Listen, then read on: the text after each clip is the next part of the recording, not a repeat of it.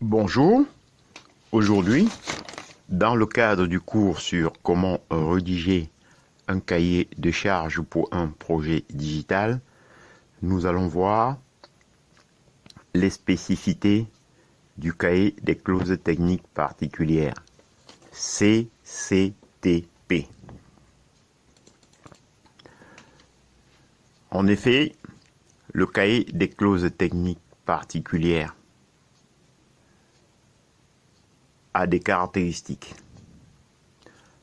Un exercice extrêmement formalisé d'un point de vue juridique. Il limite les risques et protège. En outre, c'est un document qui porte préjudice s'il est mal conçu. Par ailleurs, c'est un document contractuel paraphé qui engage, page par page, maîtrise d'ouvrage et maîtrise d'œuvre. Enfin, c'est un document à faire réviser obligatoirement par les services juridiques des marchés. Maintenant, nous allons voir le cahier des charges, le cahier des clauses techniques particulières sous 3 aspects. C'est un document programmatique. Il présente des délais, coûts, recettage, garantie, maintenance. Par ailleurs, c'est un document qui va induire les réponses à l'appel d'offres et permettre de les analyser par examen de conformité. Enfin, c'est un document qui doit détailler sans décourager.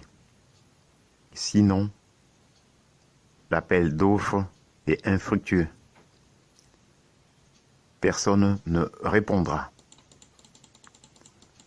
Maintenant, nous allons voir les parties spécifiques du CCTP. Pourquoi un projet digital? En effet, on a les caractéristiques du marché. Présentation, intuition, spécification du contenu, spécification fonctionnelle. Par ailleurs, sur le plan méthodologique, on a un acteur, un lancement de projet, suivi opérationnel. D'autre part, on a une présentation et livrable attendu, qui regorge les caractéristiques suivantes. Objet du marché, contexte, et ensuite détail de prestations et livrables. En outre, on a une opération de vérification. Recette VABF, c'est-à-dire vérification d'aptitude au bon fonctionnement. Par ailleurs, on a une garantie. D'autre part, il y a une confidentialité et propriété. Nous allons voir aussi que c'est un système de dialogue avec Adjuker.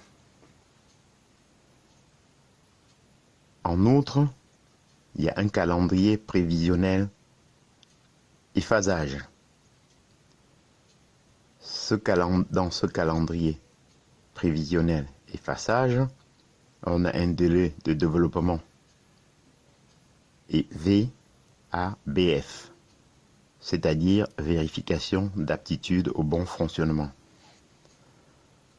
De plus, une période de garantie TMA, tierce maintenance applicative, c'est-à-dire une période où l'agence de développement s'engage à corriger les bugs restants de la phase de recette, et ceux inhérents à la mise en production.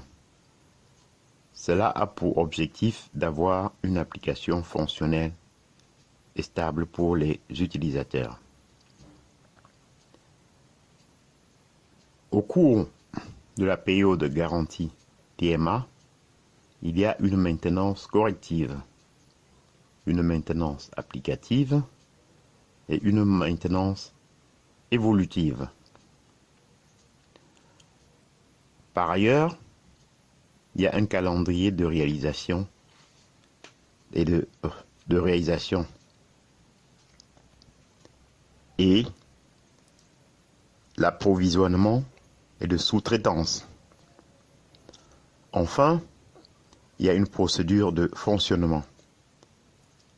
Celle-ci est composée d'un suivi de projet, d'une vérification et validation, d'un délai de correction et intervention, d'un délai de correction et d'intervention, s'il vous plaît. Je me répète. En somme, voilà ce qu'il faut retenir. Le CCTP, ou cahier égale cahier des charges plus aspect juridique. Cela exige une structure et une formulation spécifique. Un CCTP est un cahier des charges et un contrat. Enfin, ce cahier des charges formalise également tout ce qui peut devenir litigieux lors du projet. J'en ai terminé et je vous en remercie.